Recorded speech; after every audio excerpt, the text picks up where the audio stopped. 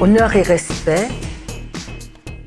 Je suis née à Pointe-à-Pitre, capitale économique de la Guadeloupe, et je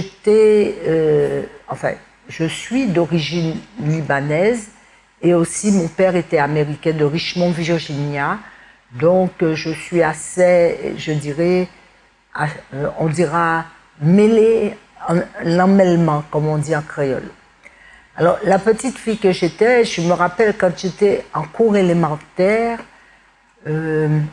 pendant le cours, il nous était dit que les Arabes avaient envahi l'Espagne, la France, et que c'était des sauvages. Et ça ne m'avait pas plu, mais je ne l'ai pas manifesté. Et je me suis dit, voilà, pourquoi je n'étais pas bien en classe à ce moment-là. J'étais petite fille et on dit des choses un peu bizarres. Ben, c'était pas l'histoire, pourtant c'était en cours élémentaire, on n'apprenait pas encore vraiment l'histoire de France. Voilà, tout simplement. Et peut-être que j'étais un peu sauvage, alors à cause de ça, je pense bien. C'est l'intelligence émotionnelle m'a permis après de mieux continuer et d'accepter l'école. Je me rappelle, hein, j'étais normalement au Michelet, après je suis allée à Bainbridge et j'ai fait des études supérieures, la poésie antillaise d'expression créole, j'ai fait sur le créole et donc j'ai fait cet essai j'ai fait sortir, paraître un livre autour de cela. Alors, pour revenir à plus jeune, je me rappelle que je passais devant la salle Rémy Souta. Et quand je passais, j'ai vu du monde dans la salle. C'était ouvert et tout, c'était un dimanche et tout. Je rentre et qu'est-ce que je vois? Il y a du monde qui discute, des enfants inadaptés, handicapés. Alors je suis rentrée et puis j'ai voté.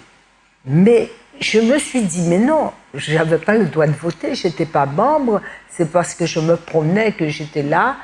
Et puis depuis, on m'invitait à ces réunions et nous avons pu créer ensemble l'IMP Espoir qui a donné une forme d'espérance aux enfants justement handicapés de la Guadeloupe, mais en particulier de la Grande Terre, puisque c'était à Pointe-à-Pitre que nous avons pu nous installer et que la mairie nous a donné un lieu que nous avons eu. J'étais en première et puis il m'a été dit de venir dire le poème que j'avais appris. Et le poème, je l'ai tellement bien dit, mais j'ai remarqué que dans la salle, les gens riaient. Alors je me suis retournée pour que je ne sois pas un peu gênée. Et dans tout cela, j'ai eu 20 sur 20. Parce que le dire poétique m'intéressait déjà. Et à partir de là, j'ai rencontré Libert Gentil qui m'a proposé d'écrire des textes pour ses chansons. Et j'ai écrit, et je me suis dit, pourquoi pas, je peux continuer à faire des poèmes, à créer. Et depuis là, j'ai créé. Et je peux vous assurer que je suis férue de la poésie. Hein. C'est un moment clé de ma vie. Ça vous apporte du bien-être. En plus, un bon bain de mer aussi, le dimanche, vous apporte du bien-être. Dans notre vie, il nous faut trouver des bulles de bien-être. Et justement, je suis en train de préparer un mémoire sur le bien-être. Et je pense que c'est intéressant parce que c'est pas facile de s'accommoder avec le bien-être. Parce que le bien-être a des exigences quand même. Et pour être un état, Et pour se retrouver dans un état de bien-être, il faut se créer des moments de détente et après, on arrive à être dans le bien-être. Alors là, c'est très important. Il y a le sens de la famille, il y a le sens du pays, comme disait Servat. Je veux dire que le sens, il faut donner du sens à sa vie, l'utilité. Et je parle par exemple du marché Pointoir en fait, mais aussi d'Ignace et d'autres poèmes aussi. D'autres poèmes parlent plutôt de l'ensemble de la Guadeloupe. Je rends hommage à divers auteurs guadeloupéens, comme par exemple Maryse Condé. Et il y a une dizaine de pages, j'ai écrit un poème autour de Maryse Condé qui me permet de me retrouver à partir de toutes les lectures que j'ai faites de ses livres. Et c'est un auteur quand même d'une haute valeur intrinsèque. Alors, il y a eu Aimé Césaire, Guy Cornely et Guy Tyrolien. Alors, Aimé Césaire, c'était la négritude. Je me suis laissée tremper dans la négritude, baignée par la négritude. Et naturellement, Guy Cornely, c'est le chantre créole de la négritude. Et donc, Guy Tyrolien, c'est dans le même sens. Mais ça n'a pas empêché que je lise, que j'aime bien Ernest Pépin. Je dirais, en tant que poète, il y a aussi romancier Raphaël Confiant et les poètes, je dirais plutôt les écrivains, les chantres de la créolité.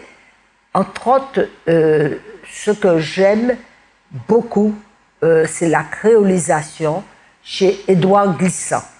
Parce que Édouard Glissant, lui, dit que nous sommes en perpétuelle créolisation.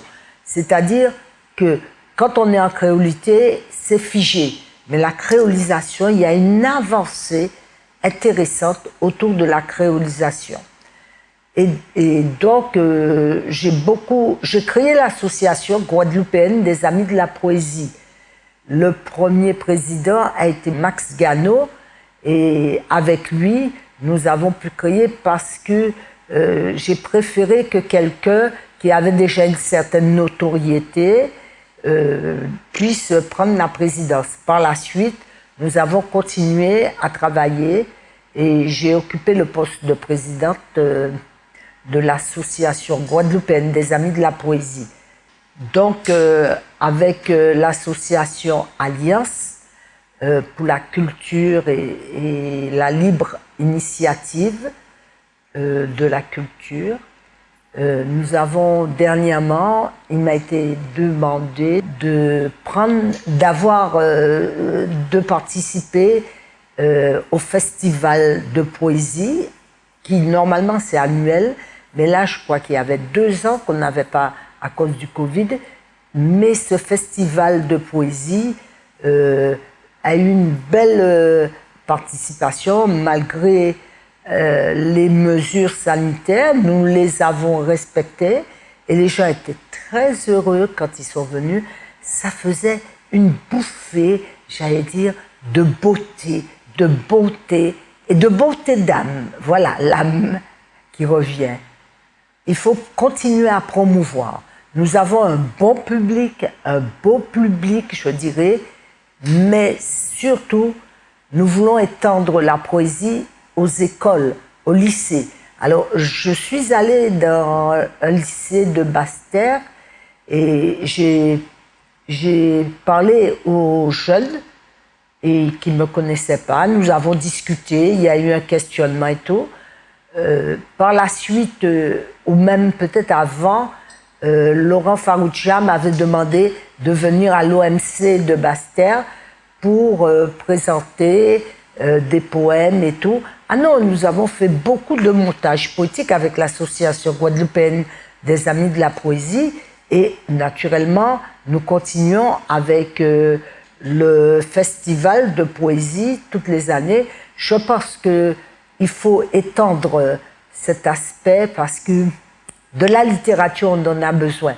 Les gens, je dirais, ils préfèrent un peu l'oraliture. Donc l'oral et l'oraliture, ça les invite. Quand nous avons dit des poèmes, nous avons même participé à une diction, j'allais dire, avec Joby Bernabé. Nous avons fait des apprentissages. Il venait en Guadeloupe pour nous apprendre à mieux dire et tout. Et à un moment donné, Claude Danica, qui avait été formé avec Joby Bernabé, eh bien, il allait dire son poème à la télé, et d'ailleurs, il travaille maintenant à la télé et à la radio, il allait dire son poème à la télé, eh bien, c'est là qu'on a...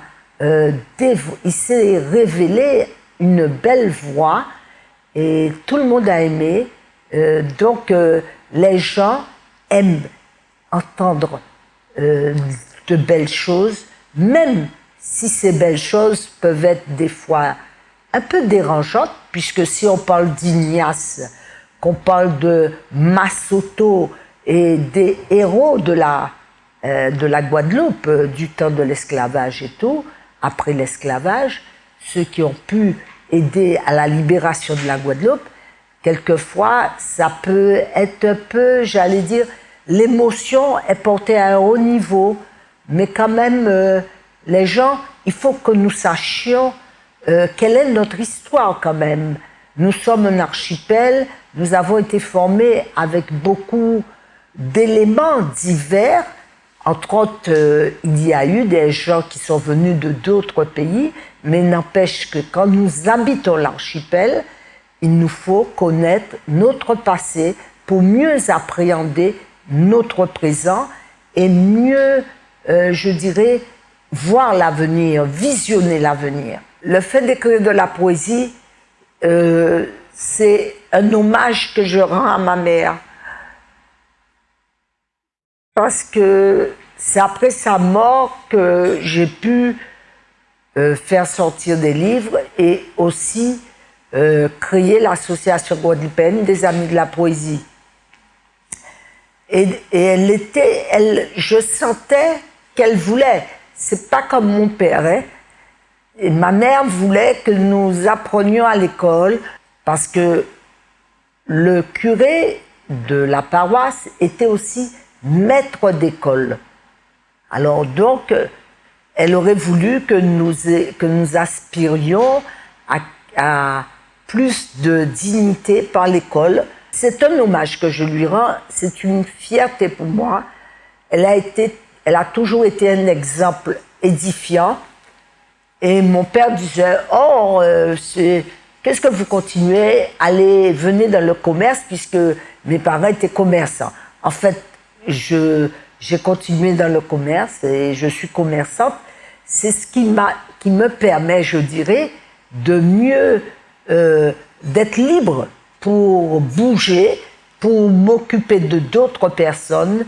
Et entre autres, la première association que j'ai créée, et tout ça, où j'étais tout le temps avec des amis de la poésie qui venaient dans mon travail, on lisait, on disait des poèmes, c'était formidable. Nous avions une certaine liberté. Je n'aurais pas pu faire ça si j'avais un autre travail, recevoir des gens, et je peux vous assurer que ça aussi, c'est une fierté pour moi parce que je dirais que beaucoup de jeunes poètes ont été sauvés. Alors, disons que j'ai créé l'Union des commerces et services de la circonscription de Pointe-à-Pitre. Par la suite, j'ai voulu rassembler tous les commerçants, les associations de commerçants. Donc, j'ai créé la Fédération des commerces de la région de Pointe-à-Pitre. Ça nous a permis il y avait 12 associations de commerçants rien qu'à Pointe-à-Pitre. On a pu, et maintenant il y en a deux, parce qu'il y a une qui n'a pas voulu nous rejoindre, mais là aussi, c'est un travail important parce que nous avions la possibilité d'aller en mairie et de montrer ce que nous voulions, un environnement sain, que nous voulions une ville propre et belle. Je vous assure que c'est difficile parce que voulez-vous, tout le monde descend à Pointe-à-Pitre, ils jettent comme ça les déchets à terre. Et je vais me rappeler un jour, j'ai dit à une mère de famille qui était avec son fils, oui, mais il ne faut pas jeter comme ça, là, à terre. Eh bien, elle l'a ramassé, en fait, son fils a voulu le ramasser, elle l'a ramassé. Et après, elle m'a dit, mais il n'y a nulle part. Je lui dis, il y a une poubelle là-bas. Enfin, ce n'était pas une poubelle, une corbeille. Elle a été, et qu'est-ce qu'elle a fait? Elle l'a jeté à côté de la corbeille. Et je n'ai pas vu ça parce que je lui aurais dit bien des mots pas gentils. Parce que je pense que on a un environnement, nous ne sommes pas des déchets, il faut respecter notre environnement. Et ça, j'y tiens pour l'écologie. D'ailleurs, j'ai une clim qui est écologique, qui est solaire, et j'ai une voiture qui est électrique. Donc, je suis à fond pour l'écologie, mais surtout pour une écologie qui peut rendre notre ville plus belle. Et il y a du travail à faire sur Pointe-à-Pitre. Bon, je pense que nous allons continuer, puis nous allons voir. À un moment donné, nous arriverons à... Voilà, c'est le sens de la famille, le sens, comme je l'ai dit,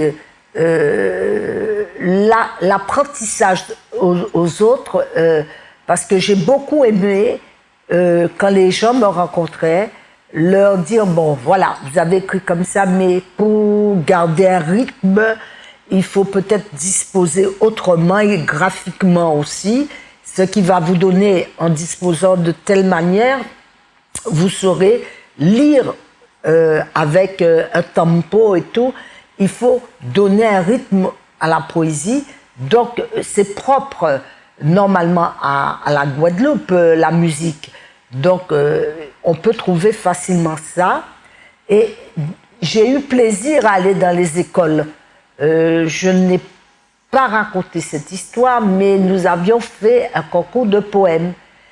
Et il y a un jeune qui a eu le premier ou deuxième prix, le premier prix. Et ce jeune était tellement fier, on lui a demandé de monter au Centre des Arts. Il a été sur le podium. Et quand il est arrivé, ça s'est bien passé, il a dit son poème. Par la suite, quand j'ai appris, parce que la maîtresse, on appelait, c'était pas les professeurs d'école, c'était la maîtresse. Et le professeur d'école, non, la maîtresse, qui était ma maîtresse, est venue me dire un jour, elle est venue me voir et me dire, tu sais, cet élève qui a eu le premier prix, il était le dernier de la classe. Eh bien, depuis qu'il a eu le premier prix, il est devenu le premier. Comme quoi, quand on fait découvrir la beauté que cache quelqu'un en lui, on lui permet d'accéder à la pédagogie de l'école. Enfin, il y a beaucoup de choses dans ce sens que je pourrais citer. J'étais à Port-Louis dans une école et j'ai apporté des mangues et tout. J'ai parlé du marché pointois. J'ai fait les enfants écouter le texte et après toucher les fruits qui étaient là, les légumes. Et puis, il y a un élève qui n'avait jamais parlé. À ce moment-là, on pouvait dire professeur des écoles. Eh bien, la professeure des écoles m'a dit, mais Maryse, j'ai un élève que tu as fait parler. Il avait jamais parlé dans le cours. Voilà, c'est des choses importantes. Ah oui, une belle dame, quand je dis que, par exemple, j'ai eu un beau public, un public de gens qui sont venus, ils sont beaux parce que ils viennent écouter la beauté.